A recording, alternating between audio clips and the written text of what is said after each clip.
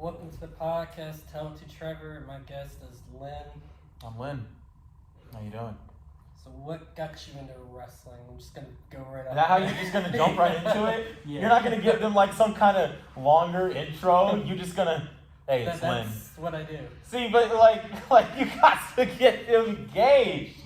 Now, that's probably my YouTube side coming out, Yeah. but I want to make sure like people are engaged at the start of my videos. Just, welcome back to my world, dudes. Exactly. Let me tell you what's going on. That's just my take on it. That's just my take on stuff. Like I need something catchy. That's how I mean. You see how I'm engaging with this? You see how this is making it go longer? Yeah. That's good. That's good for me. Let's see. How did I get into? Are we talking about wrestling in general or training? In general. Okay. So they know you're back. Yeah. So it was me and Dad and maybe my brother. No, by that time he was born. No, he was probably sleeping, most likely taking a nap. No. Oh, this is tough. No, I remember how I went down. I don't exactly remember how old I was. I feel like it was 3, but at 3 years old, I was definitely asleep by 9 o'clock. So I'll fast forward through a bit. Maybe it was when I was 6 or 7, but I always say 3 for some reason. So I was some age where I could potentially stay up past 8 or 9 o'clock. And one night, it was just me and Dad in the living room. My brother Jalen was probably there or probably in bed playing with toys or something. And because he was a really, really little kid at the time, because we're 2 years apart, so he was potentially in bed. Dad and me were in the living room. He was just flicking through the TV. I was just sitting there. I didn't have the remote. I didn't have control over what I wanted to watch, and I didn't really care what I watched. He flicked to Monday Night Raw or Friday Night SmackDown at the time because... TNA or... No, it was definitely not TNA. TNA was not around at that time. The year was maybe 2001, maybe 2. They had the NWA/TNA era. Yeah. Oh, you're right. Okay, I had never heard of TNA at the time. Just one day, Dad flicking through the TV, and there's WWE on the television screen, Raw or SmackDown. It didn't matter. I believe, if I'm really guessing this right, I believe the year was maybe 2004 or 5. Chris Jericho was there. I don't remember the match. All I remember is him doing a lion salt. And my eyes were as big as a couple of quarters. Yeah. And I just kept watching it. I couldn't look away. And then when he went into commercial, I looked at Dad and said, I'm going to do this. He chuckled a bit. I ain't gonna lie. He laughed just a little bit. I'm pretty sure he thought I wasn't being serious. He probably thought I was saying it as a joke because I'm a child watching something that he put on. Yeah. So, but no, it was very intriguing to see these grown-ass, muscly men and women beat the crap out of each other, looking good while doing it, and just the attires they were wearing and the moves they did, the fireworks going off, the great catchy theme songs. I'm telling you, when I saw Victoria for the first time, damn, I didn't think Crazy could look so good. Seriously. Ron Simmons. Yeah, Ron Simmons, just... I think he did a segment one time with that. Ron Simmons is hilarious, man. Yes. Just his damn gets me every time. I don't care how long it takes him to say it or how long he's hesitating with it.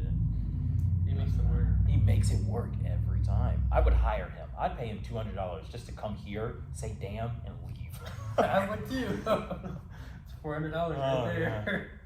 No, not 400. I said 200. Oh, 2. No, us two together. Oh, yeah. He's getting his money's worth there. Yep. You say damn. All right, Ron, good. Get the fuck out of here and leave. Let me see. So, yeah, it was just, ever since then, just watching it nonstop. I've missed so many episodes of Raw and SmackDown because of my curfew at the time. Dad always set a timer on the TV. It would just turn off by itself. You look at me when I'm poking at you. I'm not looking there. Why are you looking over there? You should be looking over here. Like, you're the host of this podcast. You got to give your undivided attention to me. So that means That sounded I can so do whatever arrogant. I I'm want. so sorry. That sounded so arrogant. Pretend I never said that. Don't cut it out, but pretend I never said that. Well, I mean, he's a heel, so like. I'm not a heel. I'm We a don't good know yet. person. I'm a gentleman. Just watching it all over the place. TV would shut off, and if I turn it back on, Dad would get upset. For some goddamn reason, I would turn the TV down low, and he'd still be able to hear it for some reason. Like, just let me watch my wrestling. I'm gonna go to sleep eventually. Oh, having curfew on Mondays and Fridays. Don't know how you got one on Friday. Yeah. I don't know about Fridays, but there's still a lot of episodes I've missed, man. And I'm just using Peacock catch up, but yeah, Dad flicking through the TV, wrestling one time, never looked back. When growing up, who was your favorite wrestler of all time? Chris Jericho all the way. I know people have stories about Jericho and they say this or that on social media and dirt sheets. This whole thing with Kylie Ray and all that, but Jericho's the man. There's a lot of people that will say this guy is the GOAT, and this other person's the GOAT. I've never said Chris Jericho is the GOAT. Like, I've never said it seriously, but he's definitely up there as one of the greatest.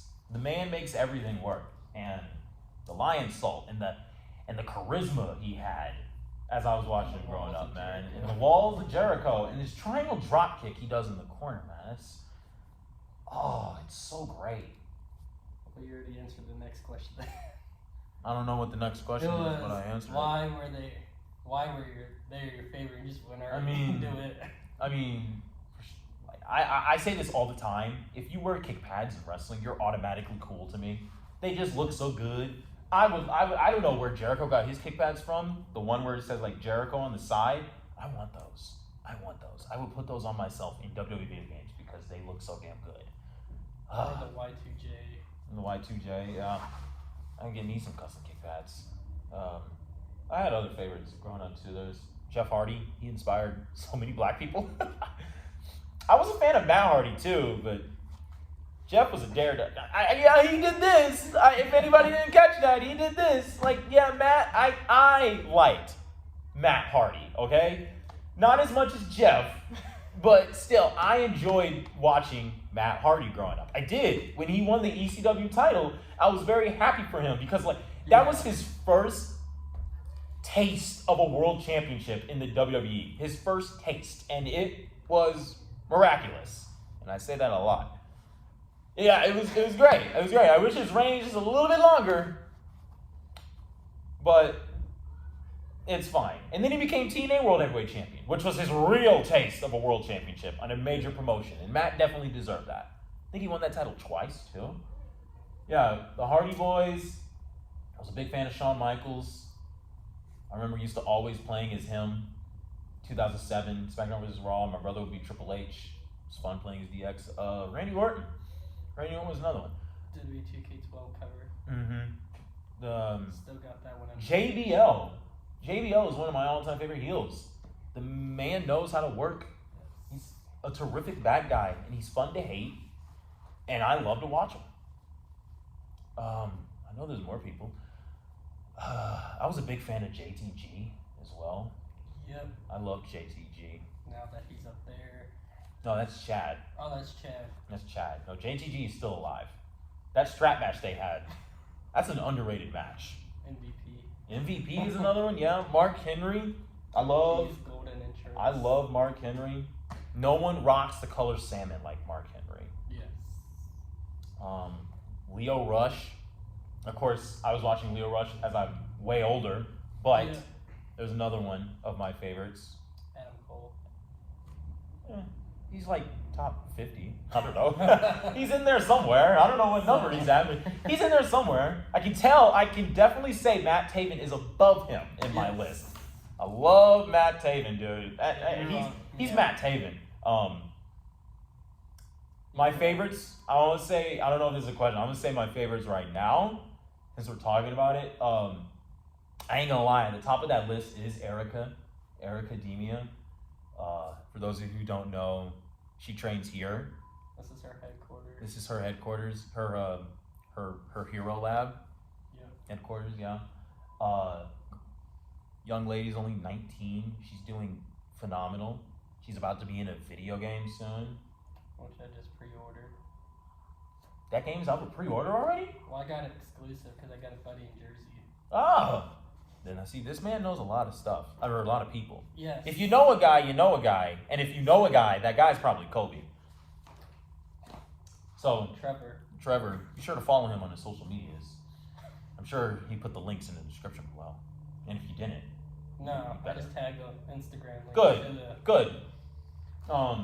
So Erica Demia is honestly at the top of that list of current favorites. James Johnson's doing real well. Yes. Speaking of, he trained here too. He trained here as well. He was the first graduate.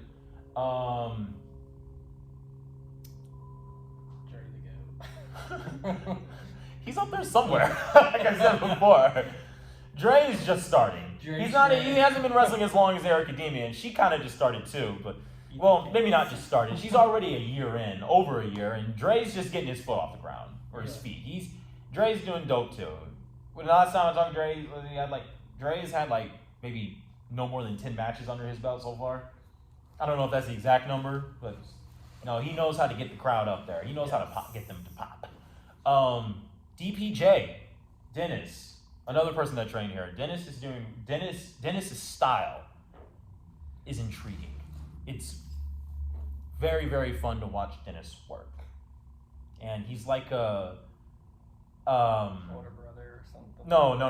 As a wrestler, Dennis kind of reminds me of, I don't know if you would like this or not, Dennis, if you're watching. I say this as a compliment, I swear. Dennis is like Karrion Kross during his time in NXT. Not on the main roster, on NXT. Karrion Kross on NXT was a monster. He was mowing true people. Not mowing. He was taking people out left and right. He was, and he looked like this unstoppable force. Yes. Of course, Kross and Dennis can lose at any time in their careers, but it don't affect them. It doesn't affect them. And Dennis, when he's doing stuff, he makes it look methodical. It's like watching a villain at work in a movie.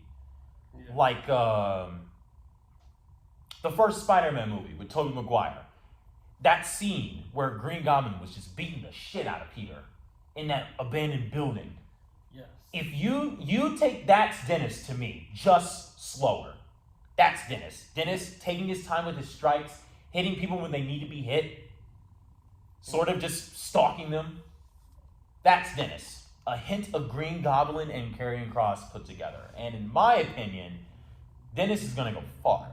And if I had to pick somebody to end D'Angelo's Mid-Carolina title reign, one of them is definitely Dennis. So Dennis, if you're watching, I'm hyping you up because I believe in you. There's a lot of other people up there as my favorites right now. I had someone else in mind, but I don't know what he's doing. I don't even know if he's still wrestling. But he used to train here, another guy. He was another one of my favorites. I don't know if he's still wrestling now. I can't even talk to him. Doesn't respond to anything, but I hope he's doing okay.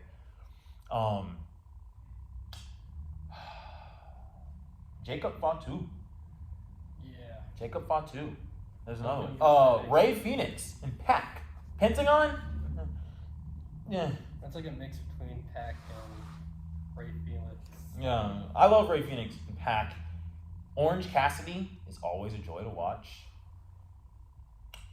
Bobby Lashley has evolved. Impact. Oh yeah, he has evolved since leaving WWE the first time. I don't know how his MMA career went, but I'm sure it went better than CM Punk's. 0-2 and retired. Mm-hmm. When he went to TNA, he was treated as like the John Cena of Impact Wrestling. Yeah. Seriously. All of his title reigns were just one reign, but man, they made him look like a star.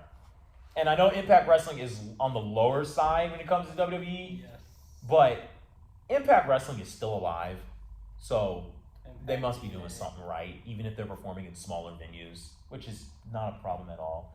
Moose! There's another one. Moose! man, his spear is something special. And a man that size to be doing those kind of athletic things, it's so great to watch. Those are just off the top of my head. Keith Lee is another one. I hope he's doing okay with that injury. No, but Keith Lee is another one. Dominic Dijakovic, for those who don't know who that is. Dominic Dijak, whatever. It doesn't matter. He's another one.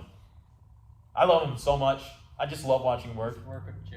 His work with Joe Gacy is the best thing about NXT right now.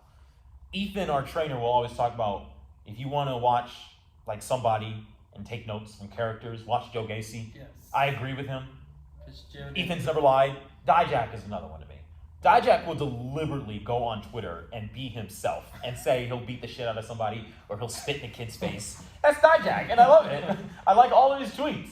I hope Dijak is in 2K24. They haven't announced it yet, but he better freaking be. They announced the roster today, the full roster. Oh, well, don't spoil it. I'm going to look it up when I get home, or tomorrow, actually, because I'm going to get home late, so I'll look it up at work tomorrow, after work tomorrow. I'm looking forward to it, yes. Dijak, Gacy, Erica, Dennis, a lot of them. I love them. I love them all.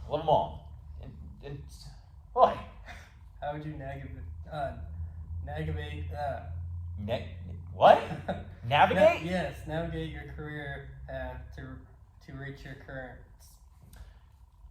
Right now I'm I get it, I got it. Right now I'm focused on I'm focused on here, the training. I could go on and on about like my dream matches or what type of matches I want to have or the plans I have for my career. I will say that I plan on showing up in light up clothes. That's it. Sure, yeah, I don't understand. That's like a Naomi thing. She glows, first of all. I'm lighting up. It's different. My clothes and shoes will be blinking. She has blinking up shoes, but her clothes don't light up. Or it's that glowing. title she had. No, we don't talk about that. I mean, it looked good and bad. Her custom SmackDown Women's title. First of all, when she did it on Total, when she took it in there, fucking WWE called her up saying she wasn't allowed to do that. She should have consulted with them first before doing it. She just sent in the title. Almost got her ass in trouble. It was just too bright. A little too bright. No, I'm focused on the training. The way I'm going to navigate my career is simple. I go where I need to go, and I do my thing. If it's a bad show, that's on me. Maybe, yeah. More than likely, yeah. If it's a bad show, it's a bad show. I don't complain about it. I'll say something about it for like a second, and I move on. Because as Raylan taught me all the time, tells me every time, have the memory of a goldfish.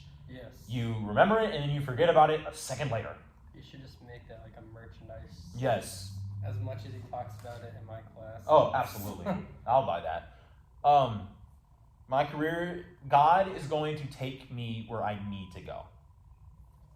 That's my take on that. Wherever he wants me to go, wherever he wants me to perform, I will take it under stride and be like, okay, let's do it. If he wants me to jump off a ladder through the table and miss my opponent, then that's what he has planned. Hell yeah. As long as I get back up and get to do it the next day, fuck yeah. Let's do it again. But that's where I am right now with my career. Focus on the training, and when it's time, then we'll talk about it more. Yeah. How might external factors such as global events or economic shifts impact your future in wrestling? In terms of global events, I will admit I did get scared when the pandemic started, because while I wasn't anywhere close to starting my training, because I was in college when the pandemic started. And to be more precise, I was in Tennessee at WKU, and we had to switch to online, like many other schools around the world. I didn't find the Palmetto Wrestling Academy until my senior year in college. I just one day looked up wrestling schools in South Carolina, and PWA popped up, thank God. And the pandemic was kind of still going on. The thought of the pandemic or some global event stopping me from training has crossed my mind a handful of times. Yeah. But you just pray and hope for the best. And look at us now. We're training. Yeah. The pandemic has stopped. While the coronavirus is still a thing in this world, it's being handled very well. I'm vaccinated. I'm healthy. I get to go outside. I don't have to wear a mask when I enter buildings, unless I'm sick. Even then, I probably still won't do it. But if I need to, I will. If I'm sick and it's a training day, staying home. I'm not getting anybody sick. But in terms of like economics, I'm not gonna lie, I kind of don't have an answer for that because I'm not good on economics, dude. Neither am I. I got a major in general studies, and economics is not part of that. So, I mean, you know what they say, when we cross that bridge, we'll get there. Yeah. We'll get there when we cross that bridge. Where do you see yourself in the industry in the next 5 to 10 years? 5 to 10 years, I can say with at least 90% of myself will still be on the indies. I can say I'll still be on the indies within 5 to 6 years. I will say that I want to say that I'll be pretty big, but I'm pretty sure we both know that's a hit or miss. Yeah. Wherever I end up within 5 or 6 years, I hope that no matter what it is, where I am, or what kind of shows I'm on, I hope I am financially stable enough to just take care of myself. And maybe have a dog. What breed? Huh? What breed of a dog? I personally would Prefer love, dog. my two favorites are Beagle Puppy and Golden Retriever. Okay. I wouldn't mind a German Shepherd as well. And that's only because of a game, Sims Free Play, an app. They give you a dog for free as part of like objectives. They gave me a German Shepherd. I named it Axel. After the game named the dog for me, I was like, "What's your name?" It's my last name. It's like, what? We're not naming you that. We're not naming you Peaches. So, but Golden Retriever or Beagle Puppy will be pretty cool. Golden Retrievers are so gentle and kind, and Beagle Puppies are easy to train according to a book. German Shepherds, they'll keep you safe. And people always talk about like German Shepherds or Pit Bulls or Rottweilers are like dangerous dogs just by appearance. It just depends on the owner. Yeah, it just really depends on the owner. If I get a German Shepherd, right? Someone tries to rob me or get on me, my German Shepherd is there and they get scared just by the sight of my gentle ass dog. Yeah. Hell yeah. Sign me up for owning a German Shepherd. I'm gonna name it Axel or Pip or Arcanine or Growlithe after the Pokemon. Since you're a big Pokemon fan. Favorites? See, you see how you're going? You see how we're following up with this stuff? Yeah. Love it. That's a podcast host. My two all-time favorite Pokemon, Arcanine and Growlithe. Arcanine is this big Chinese, quote-unquote, legendary dog. In the Pokedex, it's Arcanine, the legendary Pokemon. It was supposed to be a legendary. I don't care. I love Arcanine. Every time it shows up, I light up. My eyes just glim. And Raichu. I understand Pikachu's the mascot. Everybody loves him. But Raichu's where it's at. It's called Pikachu Needs to Grow Up. Pikachu needs to grow up. Except for Ash's Pikachu. That Pikachu's never going to evolve. That's fine.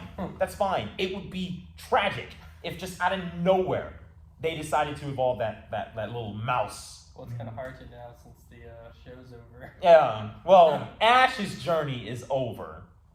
At least from our eyes of watching him. Ash's journey is over. Now we're going all the way to the Paldea region, which is based off of Spain. Maybe Ash will show up. Maybe. I'd love to go to that region.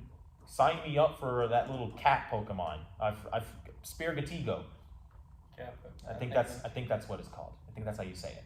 Raichu and Arcanine are my two all-time favorites. Others include Charizard. I know that's a typical choice, but I love Charizard. I love the fact that it's a fire flying and it can learn dragon type moves. Yeah. People keep thinking it's a dragon for some unknown reason.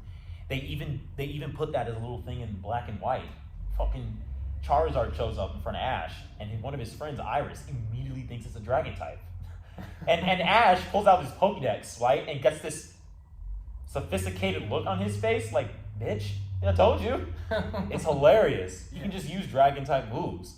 Noivern, I don't know if any of you know what that is. That's an actual dragon type from the Kalos region.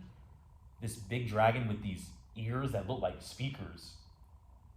Look like a scarf around his neck too. That's just his tongue though, I think. No, the ears. All ears. You're talking about Greninja. Greninja's another one. I have a soft spot for Goomy. Goomy. It's this big fat slug looking thing. Like Machette? No. It looks like the second form of it looks like a snail, right? The first form, Goomy, it's honestly it's like this big sphere of goo with antenna. That's basically it. It looks like goo with 2 antennas. And I have a soft spot for it because it's just so cute. And it's a dragon type. Yeah, just look up Goomy on your spare time. You'll know what it looks like, and you'll probably have a soft spot for it too. Sylveon and Flareon, those are my 2 favorite out of the Eevee forms. I have a soft spot for Sylveon because when I first saw it, it was just fun to use in Pokemon. It's got some good stats. And the way you get an Eevee to evolve into a Sylveon is precious, and the Pokedex entry for it is even more precious. I had more. Helioisk. There's another one. Looks like this little gecko or salamander or something, or I don't know. There's a lot. I love it. I love Pokemon. Been watching it since I was in kindergarten, man. Yeah. I can rap the entire original Poke Rap. You may think that's like a nerd thing to do, but that's fine. I have a... You weren't born in the 2000 era. Exactly. I was born in 97, so... And all the Pokemon I watched, there's no way I'm not going to learn how to rap that thing. I grew up watching it. Mm-hmm. You show me a picture of a Pokemon, and like 9 times out of 10, I'll know what it is, I'll know what type it is, and like 7 times out of 10, I can tell you an exact Pokedex entry. I won't know the number of the Pokemon, but you show me a picture of it, I will more than likely know what it is, or what the name of it is, what type it is, what region it comes from, and a little bit of information about it. It's called, if you ever see him, just bring him Pokemon cards. Yeah, just bring me some Pokemon cards. I still have my old ones. I'm down to collect more. I just stopped one day. I see all these Pokemon card commercials every time I see them. I'm like, God, man, I might want to buy some. Shoot. And now they're like jack high price. Yeah, and the jack, Go man. to Dollar Tree. I just want to find a Pokemon Soul Silver or something and play it, man, or Red and Blue, because I never played those. I got the red. I know you got the red. You told I me. can bring it for you to play. Oh, that'd be great. I'd appreciate that. I still have an original DS. That's how I can play it. Oh, I have it. I still did too. Yeah. No, I think I gave my Game Boy to somebody else. I remember now. I gave it to a former coworker. He was so happy to get that thing. I remember my first Pokemon game where you could take like 6 Pokemon on a journey. Yeah. It was white version. Okay. Because before that, it was just mystery dungeons all over the place. Yeah. And playing someone else's game on their journey that they already completed and done everything in. I was like, oh, this is cool. Yeah, that was basically me, and then everybody in my family, we all had each version of it. Nice. Mine went missing. Ah! And my cousin, me and him both had the same version, but his was Game Boy. So we all had like a fight over it. Yeah. To the point where I got to keep it while he had to lose it. Damn. Just for him to go buy a brand new one. Y'all should have shared. Should have 3 Pokemon for you, 3 Pokemon for him. Well, see, he lived 3 hours away. Still, would have worked. What I would have done. You can get it on the days that end in Y, and then you can get it on the other days. Yeah, I'll get him on the days that Yeah. Y, that's every day of the week. Yeah, Pokemon White was my first one, and that's honestly my favorite. It's just where I started. Got a soft spot for it. And then was Fire Red, and then Sword. going Sword up is as very it fun. goes. Sword is very fun. The Galar region is fun, but Unova. So There's just something about your first Pokemon game, and it just makes you want to it stay at your favorite. While we're on the topic of video games, what's your favorite video game of all time? Sunset Overdrive on the Xbox One, exclusive.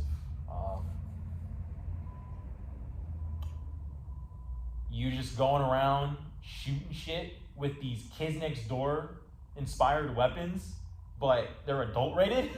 Basically, exploding teddy bears, fireworks. Like a TV show, Kids Next Door. Yeah. Okay. You've never seen that? I've seen it. Oh, I was about to say. You asked, like, hang on a minute. You don't know what that is? Hang on, I'm hungry. I want... It's in here. Okay, that's cool. Sour Skittles gummies. So what happens in the game, you start as a janitor cleaning up for an event for this company launching this new energy drink called Sunset Overdrive, or just Overdrive. And the name of the city is Sunset City. It looks like somewhere in California, I mean, completely honest, I don't know. Probably. Or Detroit. So what happens? People are having fun, dancing, enjoying the music, drinking the drink. You're just this janitor, your character's this janitor just picking shit up. Out of nowhere, this guy comes up around the corner, throwing up the energy drink, and then he passes out. And then he starts to mutate into this disgusting monster with so many pimples and blushes all over him. His face is gone. It's just a mouth. It looks like an alien, like the something that Timmy Turner would wish. Yeah, I don't know. So he turns into one, and then more and more start showing up. And then it's shown in the game, if you drink the stuff, you turn into it. Okay. And if you're already mutated and you drink more, you mutate more. You could grow wings. You can become this giant, they call them overdrinkers, ODs. You could be ones with wings. You could grow into this big one where you have a vacuum as an arm and you shoot out goo. I thought it was poison at first, but it's goo. You could be one mixed with like ice, because apparently there's frozen ones. You have ice powers. There are these jumping ones that are like the assassins. They're ones that just explode. They kill themselves just to deal damage to you. Yeah, they're all over the place. It was a fun game. Use custom-made weapons. Try to escape the city. Beat all these bosses in the junk. It's fun. My other favorites include Soul Calibur 3 to be exact. Soul Calibur 3,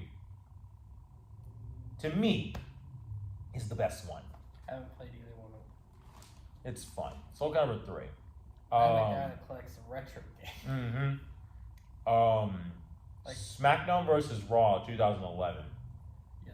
Out of all the SmackDown versus Raws, 2011 was the best We had one. that conversation like 3 weeks ago. Not because it's like it was the latest one. Yeah. It was the most innovative to me. Yes. Most innovative. 2008 and 7, all the other ones, great. I never played the first one. I'll admit that. Maybe one day. Yeah. But 2011 to me was the most innovative out of all the SmackDown versus Raws. Just great. Yeah. Road to WrestleMania was very Yes. fun. They had that in WWE 12. That one was Yeah. that was the best Road to WrestleMania. Sheamus and then gets jumped by Triple H. Sheamus had all the titles, all Even of them. the Divas. What? Really? Yeah. I don't even think I saw that. He had it, and he had it like underneath the world title. He gets the wing on it, and I'm like, oh, that. I was like, so what? Why not? We're just gonna say guys can win the women's title. Sheamus can. He did. He did. And then this WWE versus WCW thing. Dude, Rey Mysterio turning on us and going heel in that storyline was the biggest shocker of that whole thing. I'm not surprised because he started in WCW. Yeah, but that's Rey Mysterio. He's the ultimate babyface. Maybe not the ultimate, but Rey has been a face his whole career. And then he just turns heel for one man. video game episode. Before that, he got thrown out of the ring through the announce table, military press style by the Big Show, and I'm like, damn. I'm not gonna lie, I laughed my absolute ass off when I saw that. It was so funny. And then thrown at a semi-trailer. Yup. By the NWO. Yup. Lawn darted. Yes. Kevin Nash. Yeah, Alright. those are my favorite games. That is all we got time for, guys. Thank you, Linn, for being on the episode. Hey, yeah. Where can I find you on social media? You guys can find me on Instagram at @TheRealLinn, the number 1, all lowercase letters, the number 1, not the word, the number. You can find me on TikTok at World of Dynamite, all lowercase letters. That's DYNAMITE, World of Dynamite. Again, DYNAMITE, all lowercase letters. And you can find me on Twitter at Miraculous Linn. That's the word miraculous, Linn. My Twitter's not big at all. Might blow up after this episode. I mean, if I get one follower out of this for Twitter, I'll call that a win. Stuck at 83, that's totally fine. Out of all my social medias, YouTube including, I care about my Twitter the least. Yeah. And you can follow me on YouTube. Check out my channel at World of Dynamite. Yup. On YouTube, World of Dynamite. Just look for the red and black star on YouTube. That's me, World of Dynamite. This was very fun. Thank you for having me. Yep. You guys be sure to follow him on social medias and always check out this podcast wherever you listen to podcasts. SoundCloud or YouTube. SoundCloud or YouTube. SoundCloud is still a thing. This was fun. That's where I post all my music. Yeah. And be sure to follow us when we both make our debuts in professional wrestling and Paul Miller James Wrestling, and we take you on this journey with us. Yeah. Because it wouldn't be the same without you cheering us on or booing us, whichever one you prefer. Yeah. All right. We got to do some stuff in the ring. Until next time, we'll see you guys when you come back to my world. Oh, wait. His world. Our world. You know what I'm saying?